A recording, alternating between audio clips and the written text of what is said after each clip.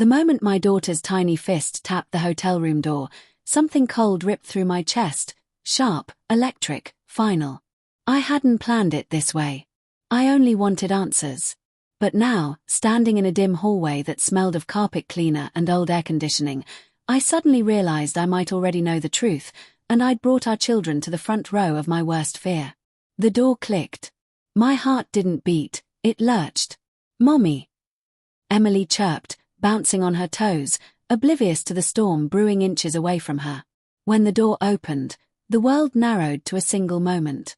My wife, hair messy, robe half-tied, eyes wide with the kind of fear people get when their lies have finally run out of places to hide. Behind her, a man stepped into view, shirtless, startled, frozen mid-breath. My son whispered, "Dad, who's that?" A hot ringing filled my ears. My vision pulsed. For a second, I wasn't sure if I would collapse or explode. She swallowed hard. "James. I can explain." Explain. The word was a knife. I felt everything at once, rage crawling under my skin, heartbreak cracking through my ribs, confusion whispering that maybe this wasn't what it looked like, and then the crushing, undeniable evidence staring me straight in the face. I forced my voice out. "Kids, go wait by the elevator."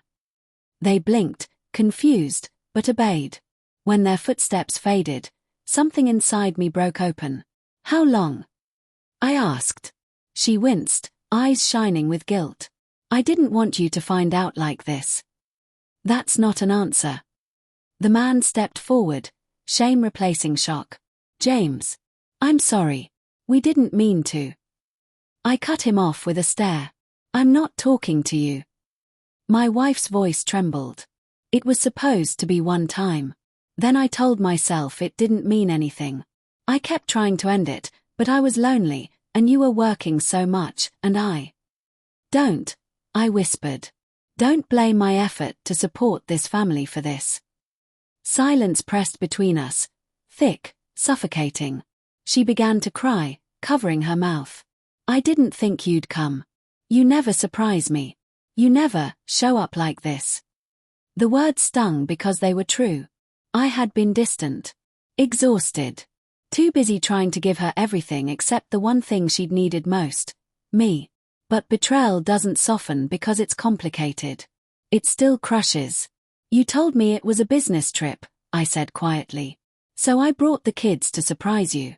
To remind us what we're fighting for." Her tears fell harder. "I'm so sorry." I looked at her, really looked. At the woman I built a life with. At the stranger standing in front of me. Then I saw something behind her on the dresser. A second room key. My name on the envelope. I froze. She followed my gaze. Her face crumpled. "I was going to end it today," she whispered. "I made that key for you. I wanted to tell the truth before you found out." But I had already found out. And something about knowing she had intended to confess made the betrayal hurt even worse. Because now it wasn't just the cheating. It was the timing. The almost. The too late. I stepped back, breath shaking.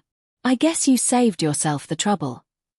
The elevator dinged behind me, our kids calling my name.